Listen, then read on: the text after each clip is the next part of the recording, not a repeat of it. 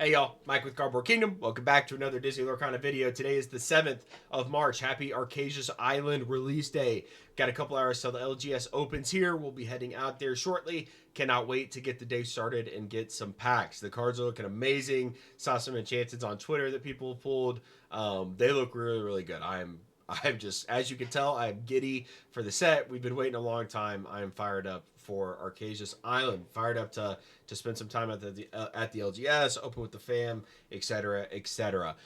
As a general note, you guys know that my general feedback here is do not fumble into these cards. The supply is as low as it's going to be right now. This is the lowest the supply for these cards will ever be. It's only going to go up, right? Demand is going to go up too, but the supply is going to continue to increase. And so my general consensus is do not FOMO into these cards. Do not pay $375 for an Aurora. It is going to come down, right? Now, when you look at the Tamatoa, it only has 7 listings. Aurora 13, Hercules 10, Glass Slipper 15.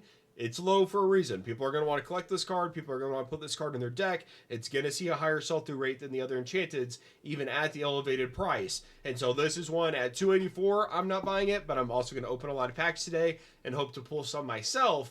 But this is one that I would definitely be.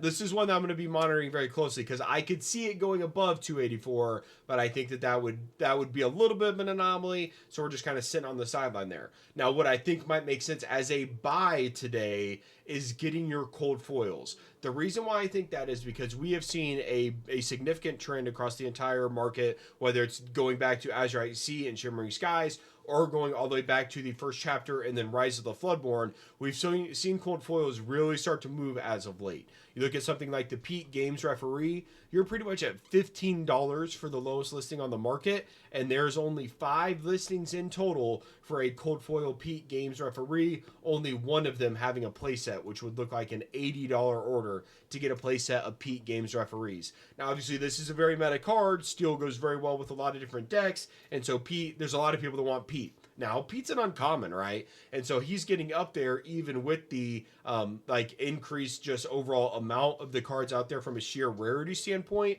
And so that's why I want us to keep track and make sure we're not letting these cards get out of our reach if we want them in their new cold foil variant.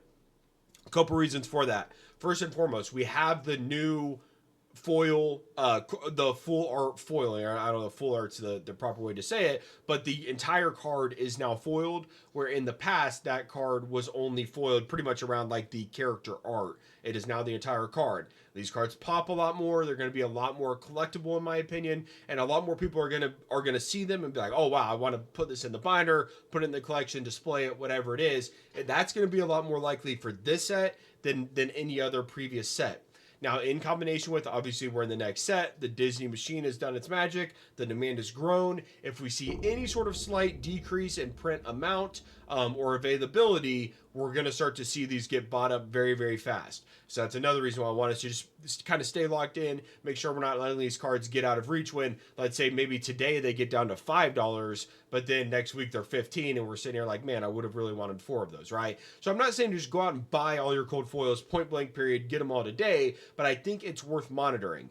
For example, we have the legendary Tamatoa cold foil here that has already seen significant sell-through rate. Oh, let me filter to cold foil. We've already seen a lot of sales on this particular card, as low as 60, as high as 80 when it first came out. You'll see that it's definitely kind of right-sizing and trending down. We're currently sitting at $70 as the lowest cold foil on the market. But as the day goes on, more of these get pulled. I expect this to continue to get listed, right? Maybe we see some in the 50s and the 60s. But if we look at the Shark Maui cold foil from Azure Sea, we're sitting around $65 for a cold foil for that card. And so Tamatoa, is he going to be as meta as Shark Maui? Is he going to be more meta, right? I don't know the answer to that, but it's just worth monitoring. If this card gets into the 50s, it might make sense to pick up because we could see it go to 60 or 70, right? Depending on how much it's included in the meta. And that goes kind of hand in hand with some of our commons and uncommons. If you have these commons and uncommons that you're going to want, I apologize. If you're going to want playsets of, today might be the day to go out and snag them. If you see some ones that are starting to get high listings that you want to take advantage of, like a Giant Cobra, Ghastly Servant here. This is a card that's most likely going to see a lot of meta play. not going to be as popular as like a Pete's Game Referee, but you can get a cold foil of this card. Let's see here. Oh, this is cold foil. A cold foil for $2. Is this card going to be an $8 cold foil? Like, that's very likely. We have cards like Tipo that are that high, that are uncommons, and we've got a lot of different uncommons when you date back to even like Floodborn that are well above that price. So, you know, for example, Sapphire Coil here, $8 card already. That's probably about where the card's going to be. So if you see this card dip around 5 and you plan on playing 4 of them, you might go out and get it. Obviously, Bell, a card that's going to be incredibly meta relevant for the set, already sitting around $11.50. So if we see this card begin to stack up the listings today, it might make sense to go out and get it. You can see there's already significant demand. These are all sales today. It is getting bought out already. These are people who are kind of essentially taking my advice that I'm putting in this video. They're already acting on it in terms of, obviously not because I'm saying it here, because they want these cards in the playset and they want to get them before they run up. Now, could the price come down a little bit in the short term? Possibly, but could it run like we've never seen before? That's absolutely a possibility as well. Once again, first set with the complete full art foil of the card, full card foiling. In addition, the game's grown. In addition, a very anticipated set. There's already hundreds of people lined up at Disney World this morning. My LGS is very low on stock. I was talking to a store in Vegas that is completely out of stock.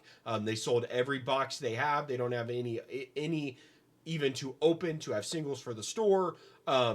It seems like there's a lot of hype around the set, and the quantities might be a little bit lower. I don't know that for a fact, but I'm just saying it might make sense to go out and get these cards today. When we're talking about enchanted and things like that. I think it's best to wait. But the cold foil is just due to the recent meta shift. Cards like Pete Games Referee, Madam Mim, your goats, your rabbits. You pick a set, you look at the cold foils, there's probably going to be a $10 to $15, $20, even like common, uncommon, rare within that slot that's going to command a significant premium. I think that this set's going to be, it's going to be an extension of that and amplified due to the fact that it's a full foil version of the card now. So that is going to be it for today's video. Just something that I wanted to put out there because I think it makes sense to kind of watch those. Don't FOMO and don't just like, if you see a card that has the listings like that Bell, like we're going to see more Bells come onto the market, right? So I don't think you need to just go out and buy the $16 version of the Bell. Now, once again, as the day goes on and more get open, more people start to list. If someone lists a playset for 8 each, 9 each, 10 each, that might make sense based on what we're seeing here in terms of early exposure. This card's gotten a lot of hype, and I think a lot of people, there's going to be a lot of buy pressure. And so just something to kind of keep note of as we get into Arcasia Island. If you want to be a part of a community that loves seeing pools shared, feel free to join the Discord. We've got a Share Your Cardboard channel in there. I'll be posting all my pools. I know everyone in there will be posting theirs as well. Everyone likes seeing what you pull, whether that's a cold foil Bell or a shiny Tamatoa. Excited for everyone's pulls today. Best of luck. Hope you all have fun. I hope you guys are feeling the energy. Very fired up. I know a lot of you guys are too. I've had a lot of conversations here over the last week or so of people who are very, very excited for this set. And that, obviously when we're doing this as a collective, everyone being hyped just kind of, it spreads the hype and it just makes it for a more enjoyable experience. So once again, best of luck with your pools, best of luck with your pack rush events, best of luck with your family. Hopefully you're all the kids get all the cards that they want. And just hope everyone has a good time. I'm excited for today. It's going to be a great day. Happy Friyay, everyone. We'll be back with some content over the weekend. Thank you very much for watching. I'll talk to you later.